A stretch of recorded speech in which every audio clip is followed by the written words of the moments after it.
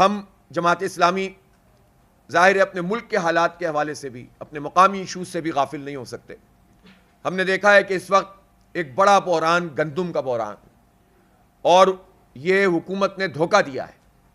پہلی بات تو یہ ہے کہ جو $1 بلین کی گندم امپورٹ کی گئی، اس میں اگر کیئر ٹیکرز موجود ہیں یا اس سے پہلے پی ڈی ایم کی حکومت کا یہ تسلسل چل رہا تھا، انہوں نے اپروولز دیے ہوئے تھے، پھر نگراں حکومت آ گئی اور اب پھر پی ڈی ایم 2 آ گئی.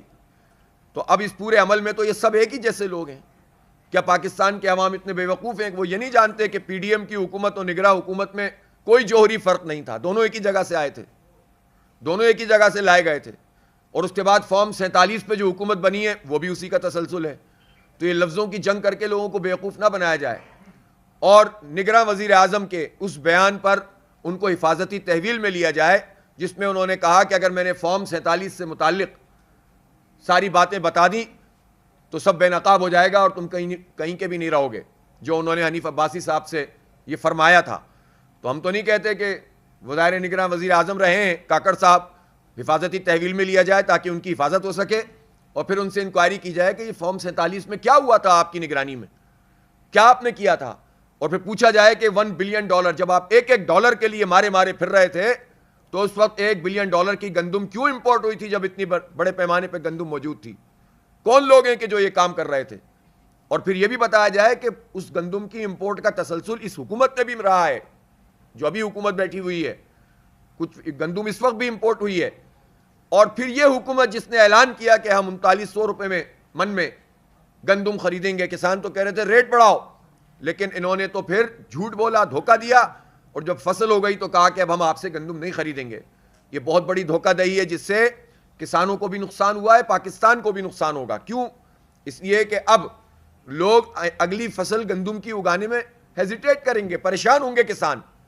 ان کسانوں کو آپ دیتے کیا ہیں؟ جب فصل ہو رہی ہوتی ہے تو یوریا بلیک میں ملتی ہے، غائب کر دی جاتی ہے.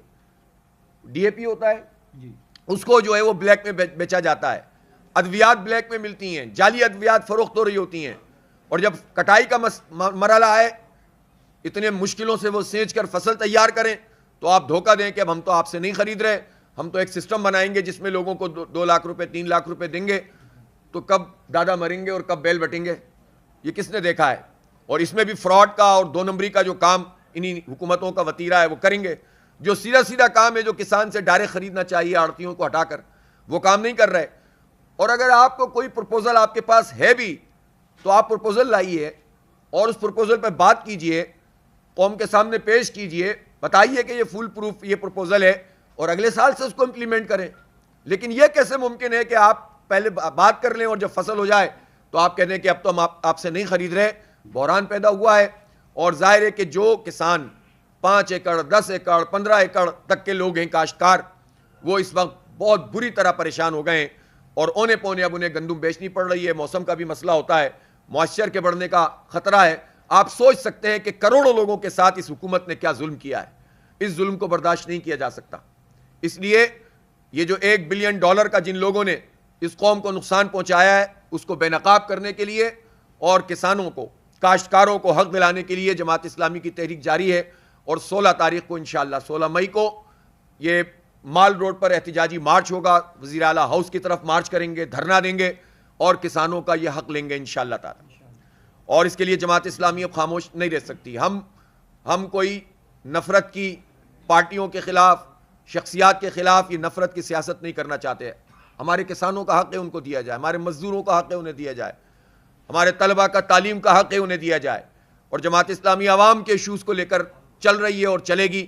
یہی ہمارا قومی ایجنڈا ہے اور اسی کے مطابق ہم کام کریں گے.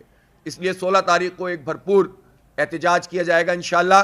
اور حکومت سے کو میری ایڈوائس ہے کہ وہ اس کو روکنے کی کوشش نہ کریں. وہ روکنے کی کوشش کریں گے انہیں بہت نقصان ہوگا. یہ اب بہت ہو گیا ہے تماشا کہ کوئی احتجاج کرے اور آپ اس کے راستے میں رکاوٹیں کھڑی کر دیں اور آپ جو ہیں چیمپئن بننے کی کوشش کریں. یہ جماعت اسلامی ہے، جماعت اسلامی کا احتجاج پرامن ہوتا ہے، منظم ہوتا ہے. ہم کسانوں کے ساتھ مل کر یہ کام کریں گے، لیکن اگر ہمارے راستے میں رکاوٹ ڈالنے کی کوشش کی تو یہ اچھا نہیں ہوگا. اس کے نتائج حکومت کو بھگتنے پڑیں گے. تو میں کوئی ایسی باتیں نہیں کرنا چاہتا جس سے ماحول خراب ہو.